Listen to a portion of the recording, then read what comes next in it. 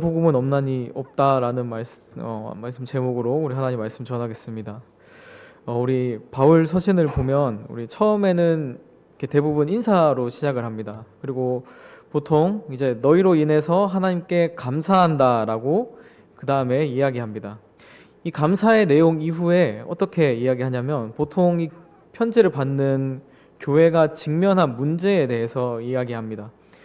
고린도전서 1장 4절에 보면 내가 너희를 위하여 항상 하나님께 감사하노니 라고 말씀하고 있습니다. 그리고 이어서 1장 10절과 11절에 보면 그리스도의 고린도 교회에 분쟁이 있다는 것을 들었다라고 바울이 이야기하고 있습니다. 또 빌립보서 1장 3절에도 보면 내가 너희를 생각할 때마다 나의 하나님께 감사하며 라고 이렇게 시작하고 있습니다.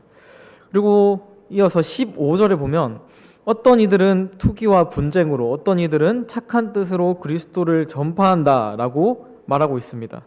이처럼 바울 서신은 인사와 감사로 시작해서 이 교회에 닥친 문제들을 언급합니다.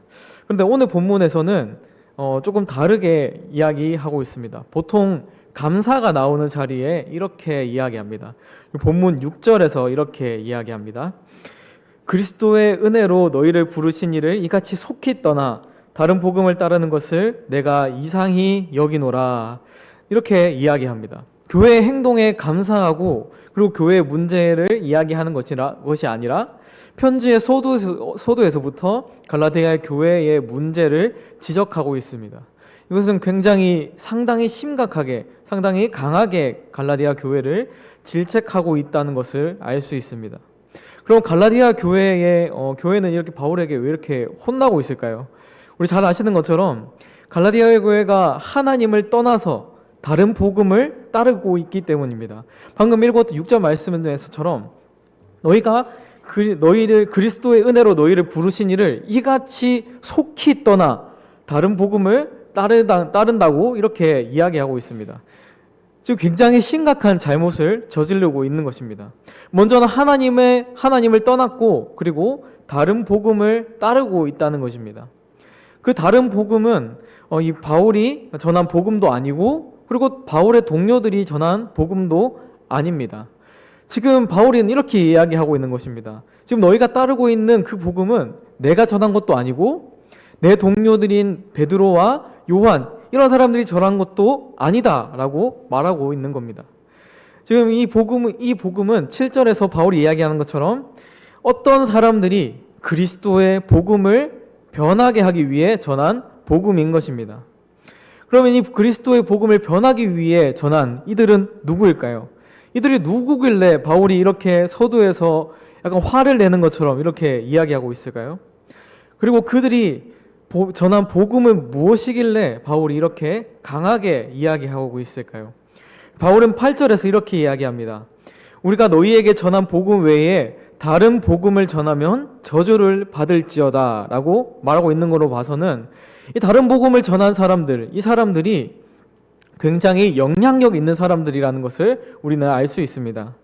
바울이 전한 복음을 버리고 그 바울이 전한 복음을 버릴 만큼 이들은 신뢰할 만한 그런 믿을 만한 사람들이었던 것입니다.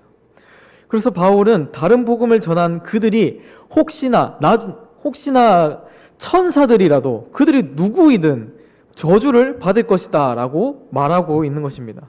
그들이 아무리 영향력이 있다고 하더라도 그들은 다른 복음, 잘못된 복음을 전하고 있기 때문에 저주를 받는다는 것입니다. 이 바울이 말한 이 그들은 바로 율법주의자들입니다. 갈라디아서에서 계속해서 바울이 하는 이야기는 율법과 믿음에 관한 이야기입니다.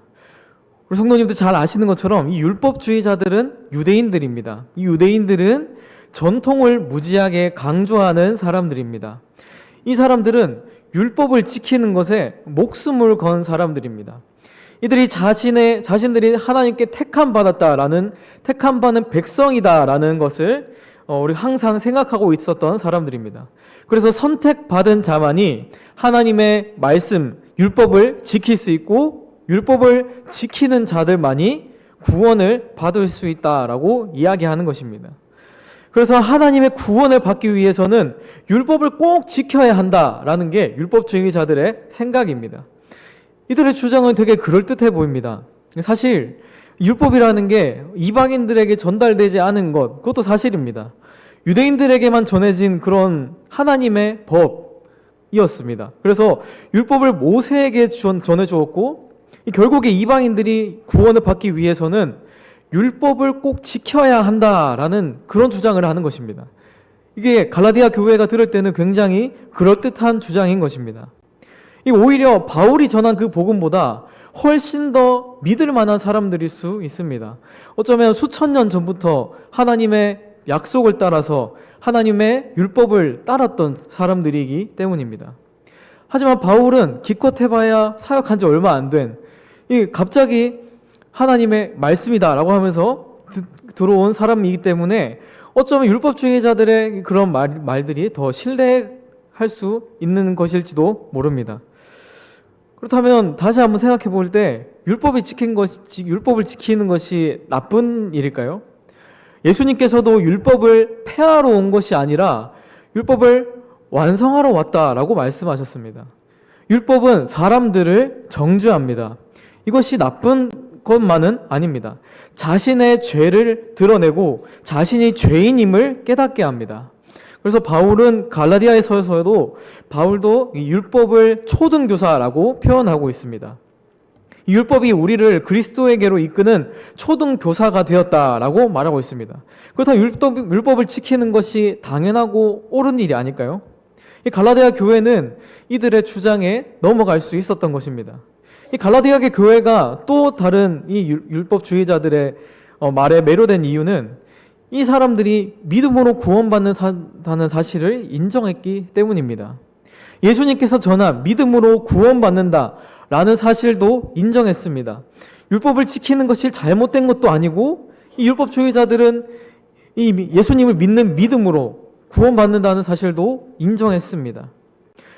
그렇다면 이들의 잘못은 이들은 되게 그럴듯해 보입니다. 그러면 갈라디아 교회가 이들을 따를 수밖에 없는 것입니다.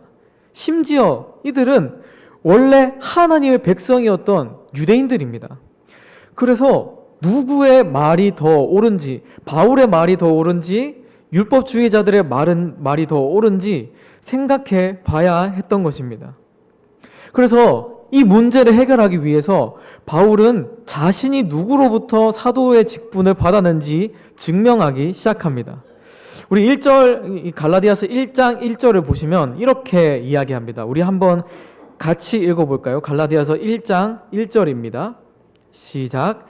사람에게서 난 것도 아니요, 사람으로 말미암은 것도 아니요, 오직 예수 그리스도와 그를 죽은 자 가운데서 살리신 하나님 아버지로 말미암아 사도된 바울은, 이렇게 이야기합니다. 바울은 내가 그 사도가 된 것은 하나님께서 정한 것이다. 이 사람이 세운 것이 아니다. 하나님께서 나를 세우셨다라고 이야기합니다. 그래서 율법주의자들보다 내가 더 믿을 만한 사람이다라는 것을 이야기하는 것입니다.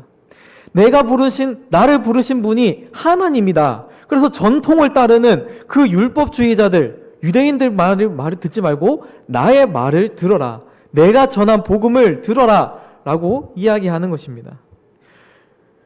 그래서 이 율법주의자들이 전한 말이 맞는지, 그리고 바울이 전한 복음이 맞는지 이 갈라디아 교회는 계속 생각해 봐야 했던 것입니다.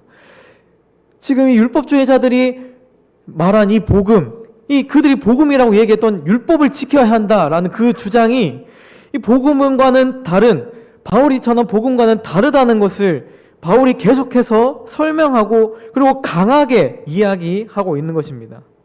그리고 바울은 본문을 통해서 내가 전한 복음이 바로 그리스도의 복음이다라고 이야기하고 있습니다. 우리가 전한 복음이 바로 그리스도의 복음이다라는 이야기를 하고 있습니다.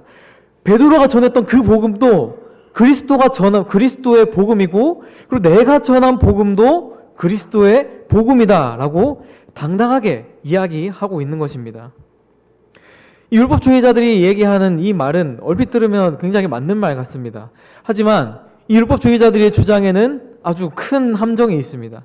그것은 하나님께서 정하신 의의 기준을 자기들 생각대로, 자기들의 전통대로 바꾸어 버린 것입니다. 갈라디아서 2장 16절에는 이렇게 이야기합니다. 갈라디아서 2장 16절 제가 읽겠습니다. 사람이 의롭게 되는 것은 율법의 행위로 말미암음이 아니요 오직 예수 그리스도를 믿음으로 말미암는 줄을 알므로 우리도 그리스도 예수를 믿나니 이는 우리가 율법의 행위로서가 아니고 그리스도를 믿음으로써 의롭다함을 얻으려 함이라.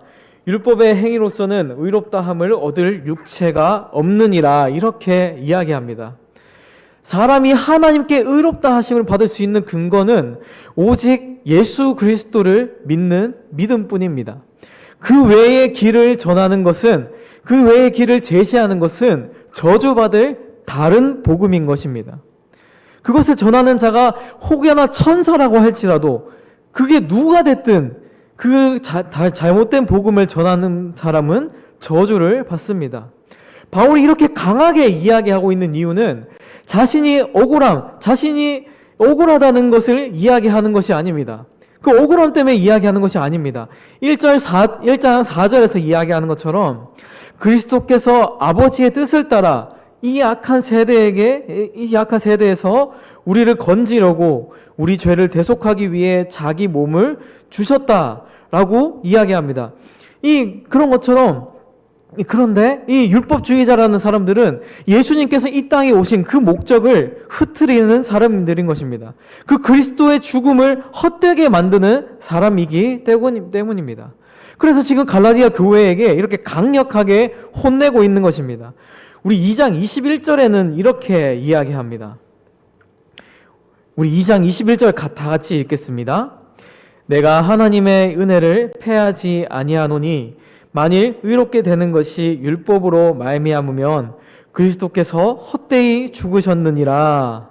지금 다른 복음을 말하는 자들은 그리스도의 죽음을 헛되게 만드는 자들입니다. 그렇기 때문에 바울이 지금 강하게 감사도 하지 않고 바로 이 갈라디아 교회에게 너희가 지금 이상하다라고 이야기하고 있는 것입니다. 그래서 다른 복음으로부터 바울의 전한 복음으로 돌아설 것을 지금 계속해서 촉구하고 있는 것입니다. 지금 율법주의자들은 또 무엇을 이야기했습니까? 율법주의자들은 자기들이 하나님의 백성이다라고 이야기합니다. 자기는 하나님의 율법을 받은 백성이다라고 이야기합니다. 그것이 언약이 율법을 지키는 사람들에게만 적용된다라는 것입니다. 하지만 하나님께서는 그렇게 이 사람을 부르지 않으셨습니다. 하나님께서는 율법을 지키는 자들을 부르신 게 아니라 그리스도를 믿는 자들을 부르셨습니다. 우리 본문 6절처럼 너희가 그리스도의 은혜로 부르심을 받았다라고 말씀하고 있습니다. 하지만 그 갈라디아 교회는 지금 그리스도의 은혜로 부르셨는데 그것을 버렸다라고 이야기하고 있는 것입니다. 이 율법을 지켜야 하나님 백성이 되는 것이 아니라 그리스도의 은혜로, 그리스도를 통한 선물로 하나님의 백성이 되는 것입니다. 갈라디아 교회는 이 사실을 잊어버리고 그리고 율법주의자들을 따라간 것입니다. 율법주의자들은 그리스도를 믿는 믿음으로 구원받는다는 사실을 인정했습니다. 그리고 율법이 없어져야 할 것도 아니다라고 이렇게 이야기했습니다.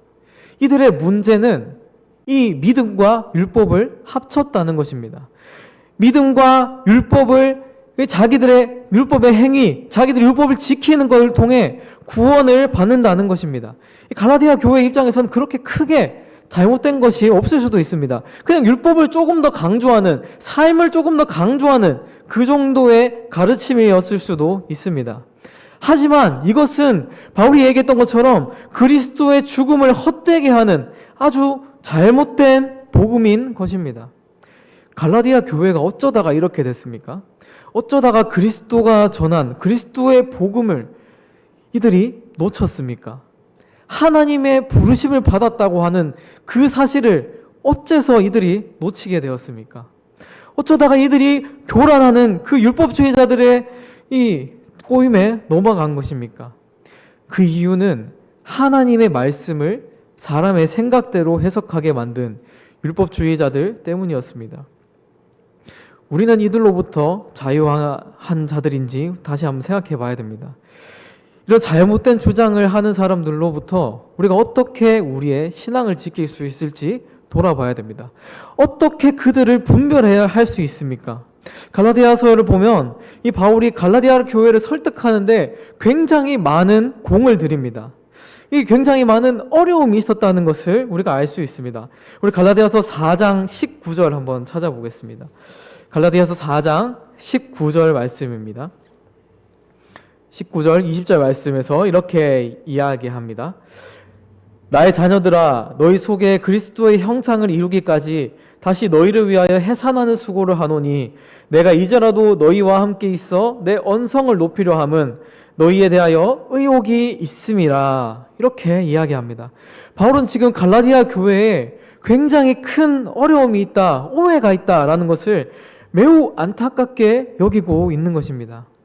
우리도 언제라도 이 갈라디아 교회처럼 다른 복음이 진리인 것처럼 그들을 따를 수 있습니다. 그럴 때 어떻게 우리가 이들의 미혹을 이길 수 있을까요? 어떻게 그들을 분별할 수 있을까요? 심지어 우리가 율법주의자들과 같은 그런 주장을 할 수도 있습니다. 우리에게 닥치는 이 미혹을 우리가 이기는 방법이 무엇입니까? 우리가 단순히 성경을 많이 보는 것입니까? 이 율법주의자들이 얼마나 성경을 많이 연구하고 얼마나 많이 성경을 읽었는지 모릅니다. 이들이 율법을 지키는 삶을 살기 위해서 얼마나 많은 성경을 외우고 암송했는지 모릅니다. 우리가 이런 미혹으로부터 우리의 신앙을 지키는 방법 중에 하나는 바로 교리를 제대로 아는 것입니다. 성경은 정말 많은 주제, 다양한 내용들이 있습니다. 그 성경의 내용을 주제별로 체계화하고 구조화한 것이 바로 교리입니다. 교리는 성경으로부터 나왔습니다. 그래서 성경의 권위 아래에 있습니다. 교리는 성경의 지도를 받습니다. 그러나 성경의 성경적인 권위를 가집니다. 이 말은 교리가 성경에 해석하는 기준을 제시한다는 것입니다. 갈라디아 교회에게 전한 이 메시지를 한마디로 요약하면 우리를 부르신 하나님의 뜻을 따라야 한다는 것입니다.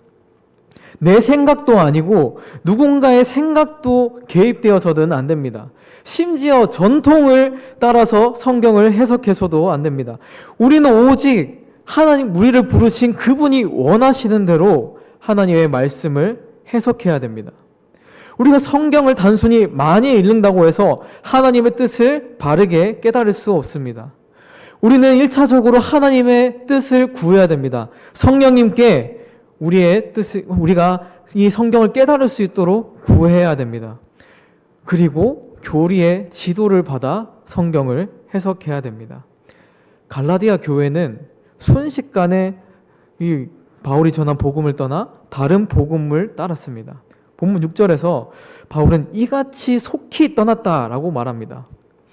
우리도 마찬가지일 수 있습니다. 우리에게 그 작은 틈이 있다면, 그 작은 틈에 내 생각이 개입된다면, 성경을 해석하는데 내 생각대로 해석하고 따르게 된다면 우린 순식간에 속히 다른 복음을 따라갈 수 있게 되는 것입니다. 우리는 그 틈을 교리로 메꾸어야 됩니다. 교리가 우리 안에서 확실히 자리 잡을 때, 우리가 교리의 지도를 받아 성경을 해석할 때 우리는 어떤 미혹에도 넘어가지 않을 수 있습니다. 그리고 우리는 하나님의 말씀을 제대로 전하는 자들과 제대로 전하지 않는 자들, 그들을 분별할 수 있는 것입니다. 그리고 내 생각도 점검할 수 있는 것입니다. 무엇보다 하나님의 뜻을 바르게 깨닫게 되는 것입니다. 하나님의 뜻을 바르게 깨닫게 되면 어떻게 됩니까?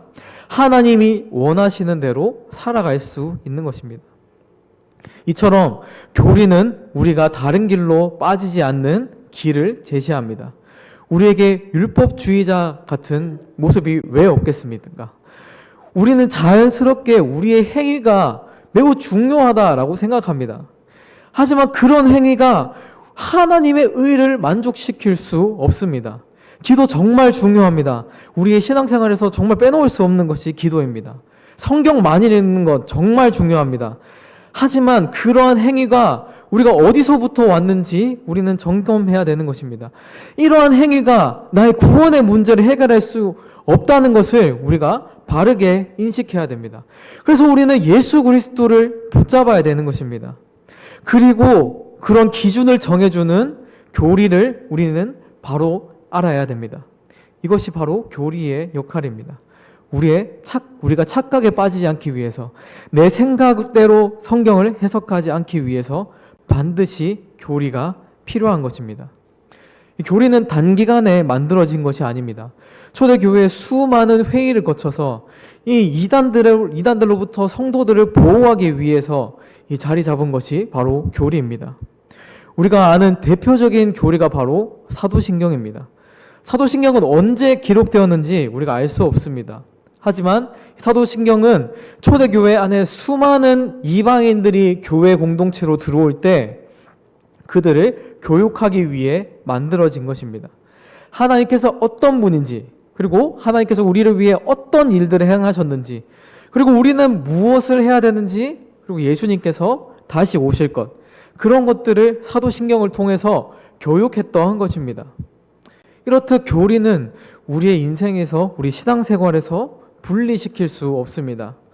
바르게 알아야 우리는 바르게 살 수 있습니다. 교리를 통해서 하나님의 말씀을 바르게 해석해야 내 생각대로가 아니라 하나님의 뜻대로 우리가 하나님의 말씀을 해석할 수 있는 겁니다. 그리고 하나님의 뜻대로 해석할 때 하나님께서 원하시는 삶을 살 수 있는 것입니다. 마지막으로 우리는 이 신앙을 다음 세대에게 가르쳐야 됩니다. 우리 아이들의 시대에는 부흥이 일어나지 않을 수 있습니다. 우리 아이들의 숫자가 많이 줄어들고 있습니다. 이 숫자적인 부흥이 일어나지 않을지도 모릅니다. 그러나 지금 우리에게 보내주신 이 아이들을 우리가 신앙으로 잘 지켜야 되는 것입니다. 이제는 영적인 부흥을 갈망해야 됩니다. 우리 아이들이 교리를 제대로 배워서 교리의 지도를 통해 성경을 해석하고, 그리고 그 올바른 해석으로 하나님이 원하시는 대로 살아가는 것, 그것이 우리가 감당해야 되는 사명인 것입니다. 자신의 생각대로 자기가 원하는 대로 신앙생활을 하는 것이 아니라, 자기의 입맛대로 성경을 해석하는 것이 아니라 교리의 지도를 받아 하나님의 뜻대로 하나님의 말씀을 해석하는 것, 그것이 우리가 해야 되는, 그것이 우리가 가르쳐야 되는 사명인 것입니다. 우리 하나님 말씀을 정리하겠습니다. 바울이 편지의 시작부터 갈라디아 교회의 문제를 지적한 이유는 그들이 따르는 그 복음이 그리스도의 죽음을 헛되게 하는 다른 복음이기 때문입니다. 그들에게 들어온 율법주의가 하나님을 떠나게 했습니다. 우리는 하나님의 말씀에 어떤 것도 추가해서는 안 됩니다. 우리의 생각도, 그것이 우리의 전통이라고 할지라도 우리는 거기에 추가해서는 안 됩니다. 성경은 그리스도를 믿는 믿음으로 의를 얻는다고 분명히 말하고 있습니다. 우리는 갈라디아 교회와 같은 실수를 하지 않기 위해서 교리를 제대로 알아야 됩니다. 우리 교리의 지도를 받아 하나님의 말씀을 내 생각대로 해석하지 않아야 됩니다. 그리고 교리를 우리 자라나는 우리 다음 세대에게 가르쳐야 합니다. 하나님의 말씀을 내 생각대로가 아닌 교리의 지도를 받아 하나님의 뜻대로 해석하는, 그리고 그 하나님의 뜻대로 살아가는 우리 모두가 되기를 소망합니다. 우리 같이 기도하겠습니다.